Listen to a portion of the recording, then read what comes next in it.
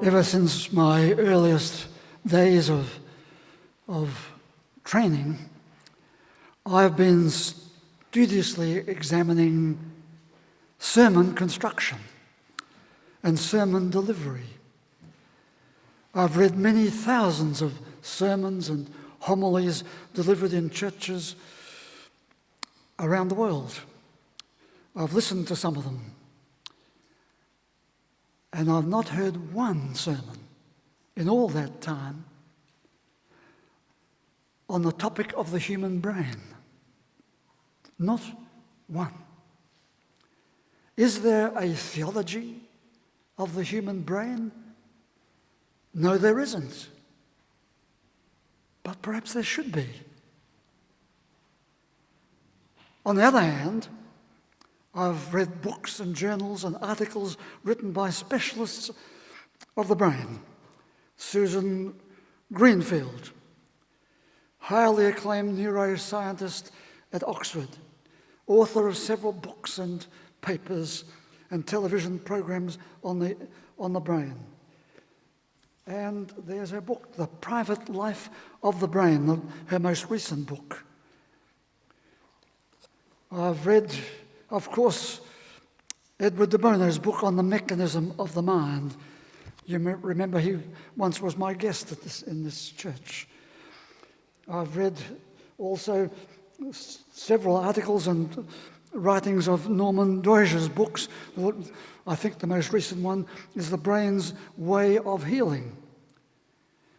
And here is Elke Goldberg, another neuroscientist, who's written The New Executive Brain. All of these books speaking of the brain. Gavin Francis, I see I didn't bring that because I'd referred to it once before. He's a general practitioner in Scotland who's written about the brain. And there it is. Here is David Brooks, whom I've admired greatly for his television appearances from way back. He writes for the New York Times, I think, yes, and thereby reaches some 800,000 people or readers in his writings. He's written this book that I picked up just the other day. I've not yet read the whole book. It's called The Road to Character. So he's talking about the two sides of the human being, the performing side and the very personal side. I'll have more to say on that. Isn't it interesting that not one of these books on the brain, not one of them, not in the index or anywhere else, except for Gavin Francis, not one of them mentions anything about religion. Gavin Francis mentions the neurosurgery of the soul, a rather strange way of putting things together. But the brain, our brain, is the centre of interpreting the stresses and the events of life. Does religion have any input into the way we interpret events and experience?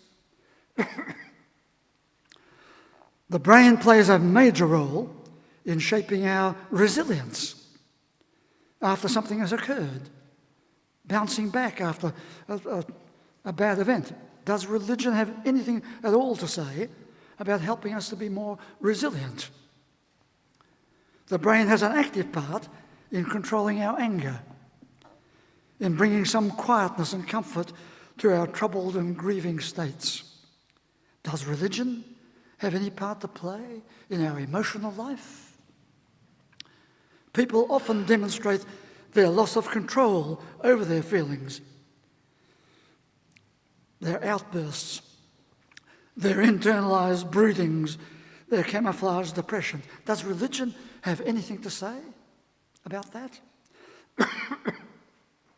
And for the most part, we'd probably say no. No, it doesn't. But should it? Could it?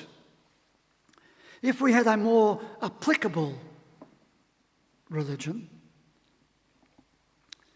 if we understood religion as a mature mechanism for coping with life in a more positive way, a more intelligent way, would that be part of a theology of an active, adapting brain?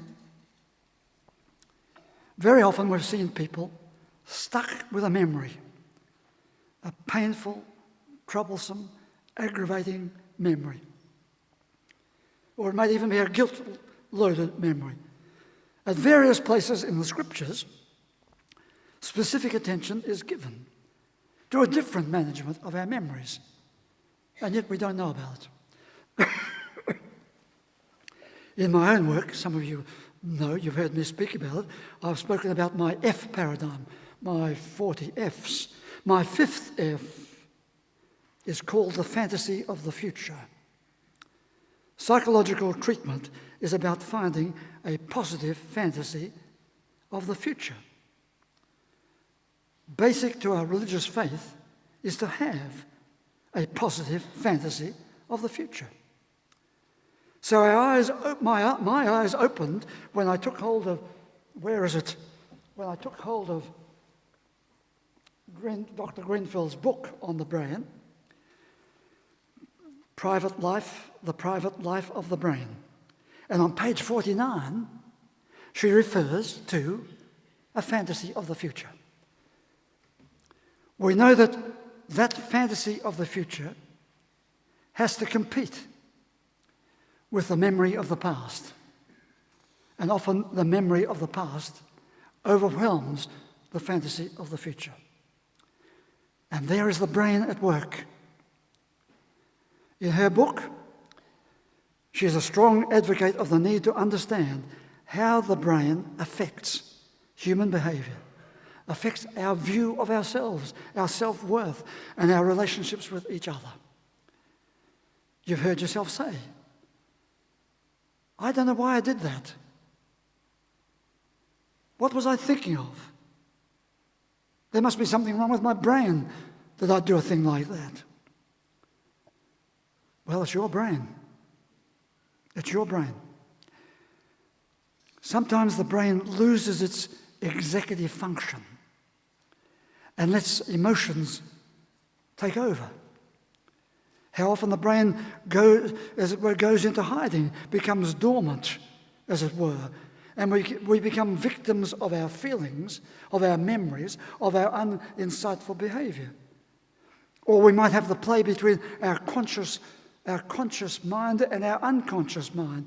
And sometimes the unconscious mind, somehow, we often don't understand, somehow floods into, takes over, influences, becomes the major component in our conscious experience. Indeed, can become a major component of some of our illnesses. So, how can we say this better? Something happens to us. And the brain registers, of course. The brain is activated. It registers. It interprets what happens. And as it interprets, it becomes associated with emotions, feelings about that happening. So someone said something, I heard it, I then get angry. So the event becomes loaded with the emotion. Or next time I see you, I remember. The brain's at work. Or I hold myself apart. I don't want to listen to what you're talking about, the things you're saying. My image of myself. So my brain is giving meaning to the event, to the memory of other events, to the emotions. And it starts to integrate things, sometimes correctly, sometimes incorrectly. And then there comes that interconnection between our conscious mind and our unconscious mind. The influences that impinge upon us, our relationships, the external world. All the time our brain is sorting things, registering, interpreting, and influencing our behavior in ourselves, with each other, and out there in the world. Then there's the other factor, which is quite important. We also need to find some sources of inspiration. When we do that, we notice our brain changes. We can be down in the pits, and then we see something that's really quite inspirational. It might be a view, it might be some music, it might be a poem, it might be a person, a relationship, and we're inspired. The view of the self, the strength of the self, the focus of the self, all of these things come together to say, this is who I am. My personality. But even the personality can become very confused. So, the brain. Our education from our growing up years, from our earliest years, frequently concentrated on performance. You've got to learn certain stuff, how to add up, how to read, how to write, and so on. And many people can do that very well. They do. We often are amazed that some people have got that sort of brain. I wish I had that sort of brain. Without us stopping to think, well, yes, we can't all have the same sort of brain, or we'll all end up as what? As engineers, or bus drivers, or artists. So we've got a wide variety of people with their brain activated in different ways. And so that's the human situation. Performance is only one thing. But from kindergarten onwards, there are other P's that came into operation. There was that other P of passion. Looking for some passion that would lift us and excite us and carry us forward. The people of our support, another P. The people that we value and the people we want to avoid. That's people is a P here. The way we position ourselves in relation to different people, in relation to different stresses, in relation to what is going on in the world. The P is there in many expressions. And then there comes the P of my personal self, the personal perspective that I have on a situation, my prejudice. The P for developing a positive passion, for managing the past. The P for developing a good place in the world. The P of a mature personality. Passion, the past, the place, the personality, all part of the brain's activity. The public life of the brain in behavior, the private life of the brain in self-awareness, self-protection, and self-enhancement. It's your brain. It's your brain. Why don't we become more aware of it? Rather than just let it be there or become victims of various activities of the brain, we can actually become friends with your brain. Believe that. If you can get your brain to recognize your needs, it is more likely to help you reach your goals and better outcomes. So what do we need? Your brain and your body are connected. You know that. Your behavior and your brain are connected. We know that the brain can be changed, can be healed, can be enhanced by the way we think. So the self and the personality comes into operation. Who am I? How will I think? What are my feelings? By the way we behave, by our relationships. Our brain is part of that. And it can be changed. So rather than becoming a victim, as it were, of a brain state that we say, well, this is who I am, a fairly dull brain, if you like, or a boring brain, you say, wait a minute, turn on some music, sound. And suddenly the brain changes, as you heard this morning. Or art, the gallery, look at the art. Colour, travel, visual energy. Or if you want to go further afield, broaden out, as the psalm said, into a bigger life, a bigger view of the self, a bigger view of the world, the engagement in causes. Positioning yourself differently in the world, in your relationships. And listening to the fact that perhaps the religion of the ages, the religion of the past, can be translated into a meaningful experience, a meaningful resource in the present, giving you a different fantasy of the future. The brain is part of a large family of conscious thinking, unconscious influences, the context in which events occur, the various communities in which we have active and dormant belonging, the concerns of our fantasies and our dreams. It's your brain. And it's your brain at work. How to help it work differently. It is both knowable and controllable. And it is an expansive mystery at the same time. Always waiting. The brain is waiting for further exploration, further collaboration, if only we will decide to be friends with our own brain. It's your brain. You can see that it is our lot. It is our lot that the self can be no longer listening to the brain. The self and the brain can be going in different directions, as it were. So that St. Paul, way back in the New Testament scripture, said, "The good that I would, I do not do, and that which I ought not to do, that's what I do." And that's the conflict. We're all of us are constantly involved in conflict. Can the brain get control of that conflict? Can the brain help us through that conflict so that it doesn't become a burden to us? It's your brain. Clearly, both the self and the brain need encouragement. They need frequent healing.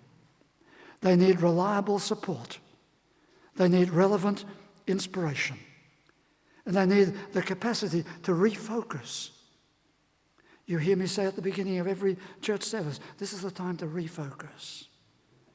Because often as we live our life through the week, we can be all over the place. Going there, being there, saying this, doing that. Refocus, reshape, renew when things are otherwise likely to be in a muddle or in a heap. So what can religion do? This is your brain. What can we do? Get our brain to work as far as religion is concerned. What relevance has religion to understanding of the brain and to the workings of the brain? Now, there are other people I know who study the brain from a totally different perspective, and they say, religion, it's not my concern. Of course it's not. We accept that. No criticism need to be involved in that. We have other people like the neuroscientists and the brain surgeons. We need them all. We're grateful for what they do. But there are different aspects of the brain activity that I brought to you this morning that we can see that the brain can be activated and can be owned and controlled and directed in different ways. So when it comes to religion, what can religion do? What relevance has religion to our understanding of the brain? Over several decades, you know well as I, that people have dismissed religion as irrelevant. And to suggest that there could be a theology of the brain, some people will say, that's madness. Not so fast, not so fast. For some people, the brain has been damaged. And they may never recover the damage. Or they may only partially recover. We have to be deeply grateful that there are people trained and committed to be a resource for those people so damaged in their brain. There are others whose mind has been deeply hurt by loss, by sorrow, by personality disorders, by deterioration, by mental illness. And we're grateful that there are people who daily are deeply committed to the care of those people and their families, to the support of carers. So what of the theology of the brain? These things. Theology should stand for an informed care. It's part of us. It's part of life. The brain. It can be out of control. An informed care of the brain. Theology should stand for constructive resilience. Our brain is needed for our resilience. Theology should stand for a sustained belief in human dignity. Oh yes. Oh yes. We can lose sight of that. Theology should stand for an integration of the mind and brain, spirit, the self, in relation to others, in relation to the world. That's That can be our theological understanding. Our workings of the brain in recent times have been informed by computer technology and vice versa. We're now witnessing how computer technology can open up a world of conflict and chaos. Dr. Goldberg, in his book on the executive brain, said we need to rein in the prospect of anarchy and chaos, which paradoxically increases with the increase in our knowledge of the complexity of our technology. Religion and theology have a part to play in keeping alive a dialogue of the high place of the human being and human survival in face of technology and because of technology, showing its potential on a large scale, its potential for good, and we have to be aware of its potential for the disposability of human beings. It is a real issue for us to take up a new dimension to the theological dialogue, discourse, emphasizing the need for theology, for our religion, to be involved with this different world, this technological world, and all that it has to bring with us, and its applicability to the human condition. The Psalm said, the Psalm 97 I read today, it says, there is a power beyond us and within us that calls us to reach beyond the smaller life to the larger life, that would have us step through and over our stresses to find a little joy, that after our losses, the seeds of a new tomorrow can be sown. And it said, the Psalm said, all of you who have an awareness of the God of this greater life, rejoice. Don't close your mind to that. Rejoice that you're part of that expanded joy. Our brain occupies such a small space. Take it out of the skull and there it is, hardly fitting into my hand. Such a small space. And yet it has their enormous potential, enormous power, that is to say. A brain that comes alive and gets connected with goodness, with the outer world, to improve the outer world, with a faith that carries religion, helps us to think and to dream and to act in terms of a better world. That's what we're looking for, both in religion and in the wider field of life itself, to expand the human spirit, its dignity and human rejoicing. Human beings have shown, and we all know it, how they can lose touch with a good brain. And the brain can become a partner in vast destruction, in negativity, in a useless life, in a wasted life. But if we can make friends with this little part of us called our brain, if we can surround it with strong influences, survival, support, the strength of goodness, then the brain responds with waiting possibilities, with readiness to join forces with inspiration, with the energy of a life at its best. It then lifts us out of our smallness to realize that we are part of an extraordinary, extraordinary mystery, a great gift. And it ought to open the doors. It can open the doors for us all to rejoice. That's your brain. I'm talking about your brain. Your brain. You can try to ignore it. You can even try to close it down. You can oppose what it wants to do. But you can also be more friendly with it. Get on with it. Let it come alongside to be part of your best, the best of the best. Be more friendly with your own brain, and the rewards will be enormous. Would you please stand?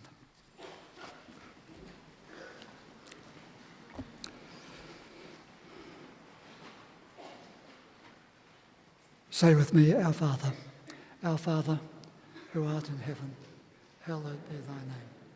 Thy kingdom come, thy will be done on earth as it is in heaven. Give us this day our daily bread, and forgive us our trespasses, as we forgive those who trespass against us. And lead us not into temptation, but deliver us from evil. For thine is the kingdom, the power and the glory, forever and ever. Amen. And the blessing. May the God you see in all the colours of creation arouse in you a sense of awe and wonder. May the God who is a sacred presence be real to you. May the God who is a source of inspiration and courage keep calling you forwards. May your God go with you and bless you today and always.